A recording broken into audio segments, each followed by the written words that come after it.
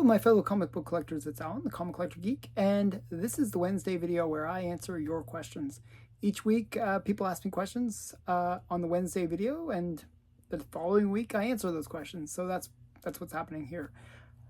To start out with, we got a question from K Munin, who asked, "How do you feel about the Zombie Tramp Kannibal Kitty animated crossover that got announced? I noticed in the trailer that they're using anime art style. Do you think an official Zombie Tramp anime would go over well?" I actually do. I really do think it would go over well. I watched the trailer for Zombie Tramp and Cannibal Kitty. It's well done. I'm actually kind of thinking it'll be fun. I'm really kind of very bullish on modern animation, and especially with AI. I know a lot of people are against AI, but if done right, where it's sort of guided and uses like the art styles of artists that are behind it, I think it actually you could generate whole series or different books, and you could come out with a lot of really great content. So yeah, I'm not saying that that's what's happening in this case, but I'm excited, to see anything where it's like a content creator that I like. Like, I like Zombie Tramp. I think it's fun. Could be interesting. I'd love to see what they're going to come up with. And yeah, I think this kind of storytelling, if it's done well, and there's always room for me, in my mind, for independent creators to really engage their audiences and create new content. So that's where I was really going with the AI stuff, that it would make it easier for people to do that. So I really do see it as a good thing. I'm pretty excited about it, actually. I actually supported the Kickstarter as well for Zombie Tramp, and so yeah, that's all I can say there. Next one is Archivist Adrift. Do you ever ponder the absurdity of collecting comics and how we assign such insane value to bits of pulp paper? Do you ever reflect on how artificial so much of the value is? Artificial in the sense that it would hold little utilitarian purpose. Does it ever trouble you that if you were the last person on Earth, your collection would lose its luster? So I see it as similar to art. And let's say you have like a Mona Lisa. Like, the stuff that we're buying is like much smaller in value to a Mona Lisa. Mona Lisa is maybe 100 million, 200 million, some crazy, obscure, absurd price. Now, it's just one page. If you think about it, it's just one page, it's just one picture. And we assign such high value to it because of its significance in history and in pop culture. And we also appreciate the artists involved, the artistry, the rarity of it. Well, it's one of one. And the same goes for comics. All of those things kind of come into play. And as long as people think that these things are cool, as long as people appreciate the art of them, as long as there's relevance in terms of pop culture, they will always have that monetary value. I mean, that's where, like, at the end of the day, it's not absurd that people spend so much on something if there is like enough people that see that thing as having value. It's all about supply and demand, and if there's enough demand for whatever it is, and the supply is limited, well, that will make the object valuable. I hear about people paying like $100,000 for a piece of toast that has looks like the image of Jesus in it. That's no more absurd than the value of a comic being like $1,000 or $2,000 or $100,000 or $1 million, some crazy number, if there's that demand. So no. And if I was the last person on Earth, I'd probably go around trying to collect it all still. I'd be like, oh, I'm going to live by myself, you know, probably in a mansion somewhere. I'd find some mansion, and I'd bring in great works of art. I'd bring in great comics that I love. And for me, they'd be the best in the world, right? And maybe I even go around trying to find even better copies to upgrade, you know, and basically preserve mankind's, you know, pop culture, so that maybe aliens in the future would come and see this collection that I curated of man's greatest works, and they'd say, "Oh, it's pretty cool stuff." You know? So you never know. So I I see it that way. Like I really like. I remember watching like so many of these um, movies where you know, it's end of the world, and that's what they did. They always have like collections of great art saved up because people like appreciate and want to maintain that humanity and the coolness of what man has created in the past. So that's where I'm kind of on it as well. Okay. How's it boy wrote, have you ever thought of working on an all CGC graded run to get in the registry? And then Fee also wrote, so similar question, is do you have CGC books on the CGC registry? I don't have any books on the CGC registry. I never really felt like my collection was worthy of being on the CGC registry because, again, you'd have to get like a complete run of something in CGC slabs. Um, I don't really think I have anything that is a complete run in a CGC slab. Um, but and I feel like because I'm more of a about getting the book rather than the grade, in like so I buy like a lot of restored books or low grade copies. I don't think my collection would be worthy to be on that census or that registry. So and yeah, I've seen some of the registries like more famous ones are like Batman 1 through 10, and some people have like crazy high grade copies of that on the registry. I'm like, I just can't compete against that. I'm not even going to try. So yeah, but it is cool. It is a cool idea that, you know, people get to, you know, show their collections and compete on some, you know, registry. Yeah, but not for me, I guess. Starchild wrote, what is the longest unbroken run of a title you have? I'm guessing Wonder Woman. Good guess. So my Wonder Woman collection is 1 to 329. So that's obviously the longest unbroken run that I have. So yeah, I was quite excited when I completed that run. Next question comes from Kevin Lambert. What is your lowest CGC Golden Age restored grade in Sensation Comics featuring Wonder Woman? I'm not really sure, to tell you the truth.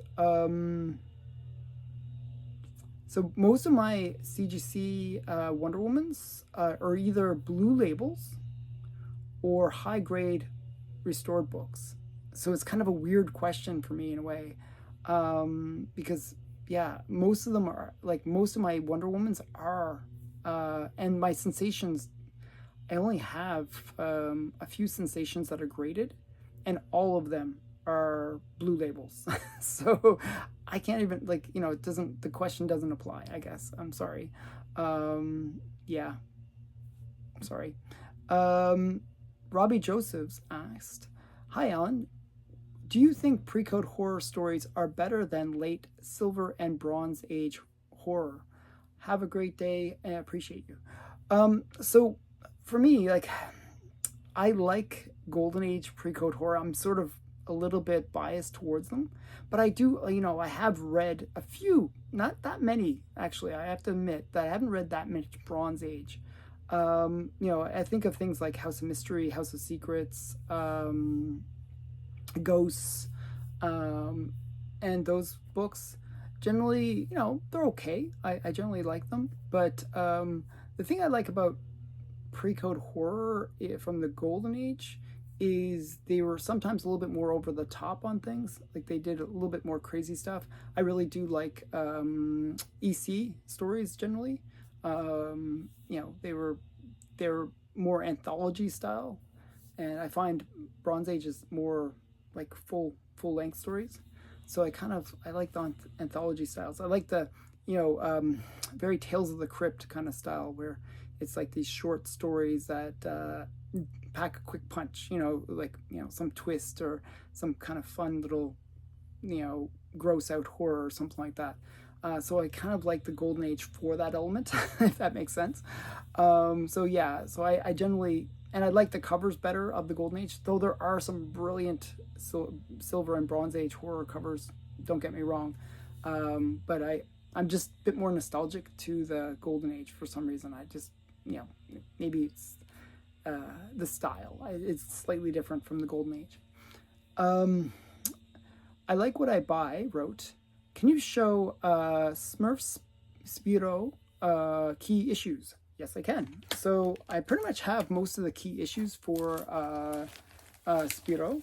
And we'll start out with kind of interesting ones. I got to make sure I'm putting these in the right order. We'll just start out with the first one. This is, let me see if I got the, yeah, this is Spiro 1071. And this is the first appearance of the Smurfs. So, but if you look at it, not super interesting because it's not, the Smurfs are not on the cover. But this is the first appearance of the Smurfs. Now, the one that most people, so that's the one that most people go after, which is the first appearance. But then you got to get this next one, which is the next issue, 1072. And this is where they're on the cover. And the cool thing is you got Papa Smurf and then the other kind of key Smurfs. I even think, maybe I'm wrong. No, there's no Brainy or anything like that. But there are, you get the sense of the Smurfs right there on the cover, which is cool. So that's 1072. Now there are earlier issues, and I'm going to show you a few of them. Let's see. This is 1062. And in this, the Smurfs are kind of hinted at. There's like one of these creatures that are making noises in the bush. And you just hear them kind of making noises. And you never see them.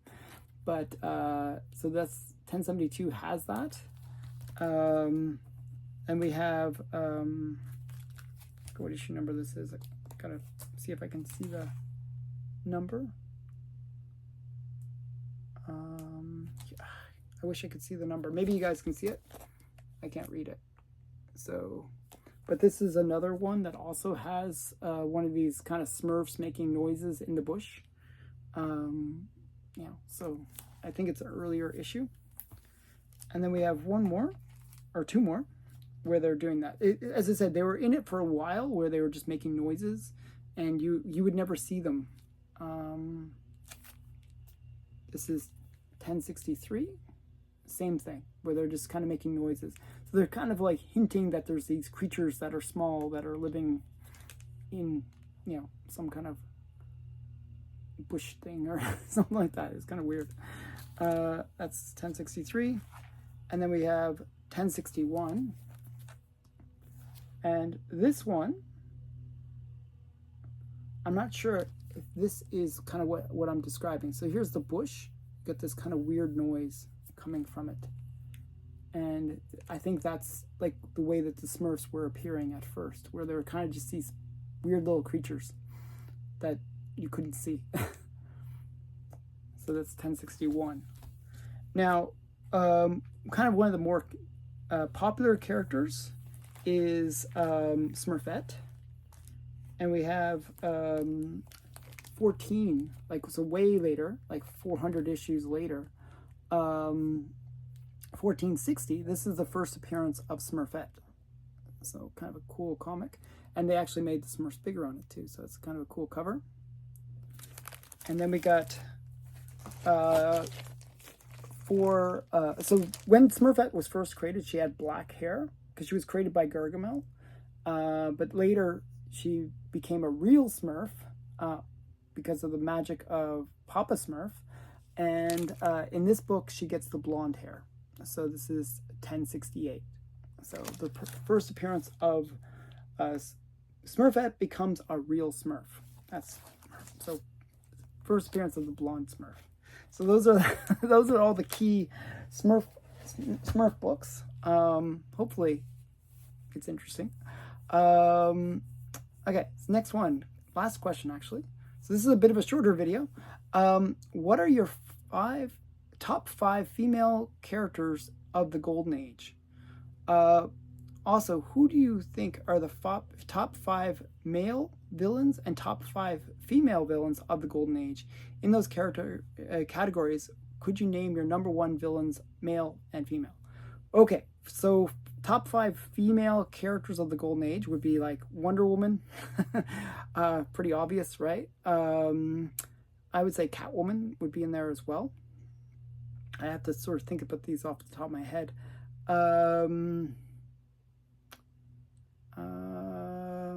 Probably Betty and Veronica, if that makes sense. You know, there'd be two there, because they are huge. I mean, in terms of popularity.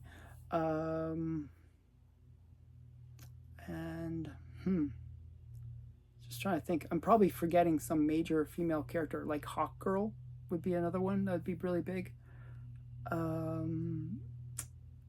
Probably something, something that people wouldn't normally pick, but actually is kind of a major character, like Little Dot or something like that. Those characters are pretty big. But I don't want to say that. But for me, yeah, it's hard to say, because there's a lot of female characters that like Lady Luck, Phantom Lady, Blonde Phantom, Phantom Lady as well. Yeah, so there's a bunch of females that I could think of that would be good ones.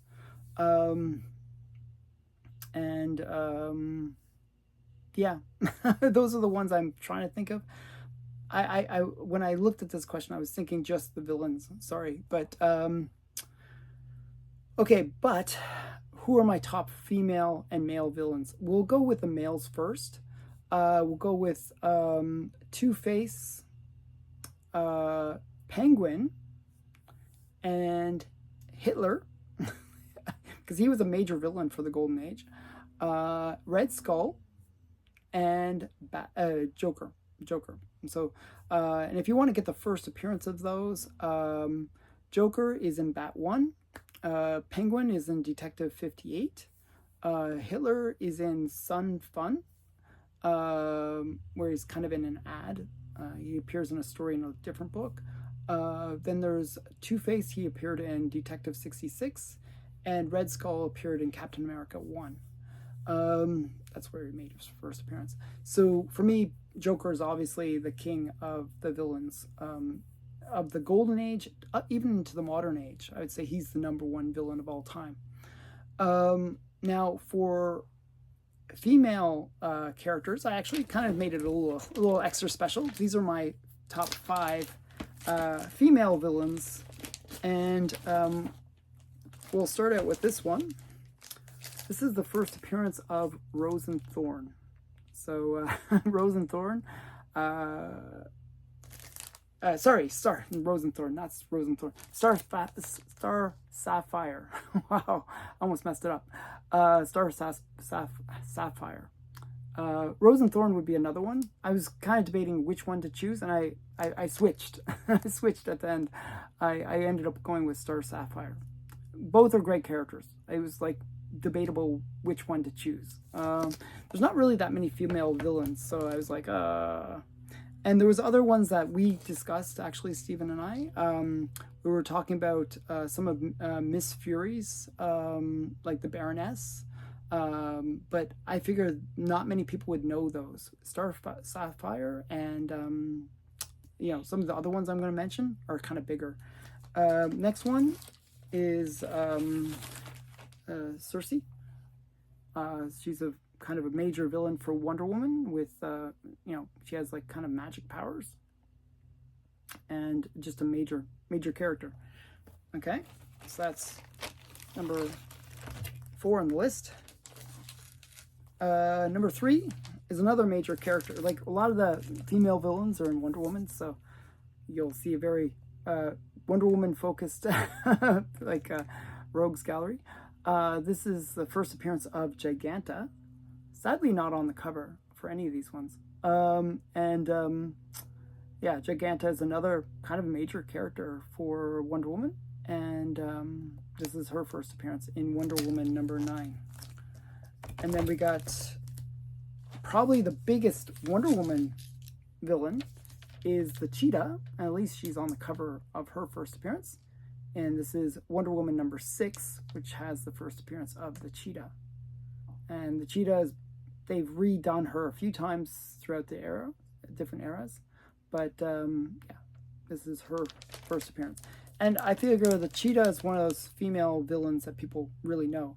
Now, the #1 female villain is kind of questionable in a way, because some people would not consider her a villain, but she was originally a villain. So I'm going to go with her original version, and it is Catwoman. Now, Catwoman kind of appeared in Batman 1 as the cat, and you never really saw her in that form. They never really showed her. You just get these, they would get these kind of notes signed the cat, but that was it. And you would see Selena Kyle, right, but not her in costume. It wasn't until Bat 3 where you would see her in the act of doing crime and wearing a cat mask, and her name was then changed to Catwoman. So this is truly the first appearance of Catwoman. So Batman 3. So those are my top female villains, and #1 being Catwoman. I think she's kind of the one that most people would recognize from the Golden Age and into the modern era. Whenever I think of characters and their like significance or importance, I always think of ones that, you know, people would know from the Golden Age all the way up to the modern age. And these ones I feel would fit that. So I hope you enjoyed my answers to these questions. If you have questions you would like to ask me, put it in the comments below, and I will do my best to answer them. Thank you. Bye for now.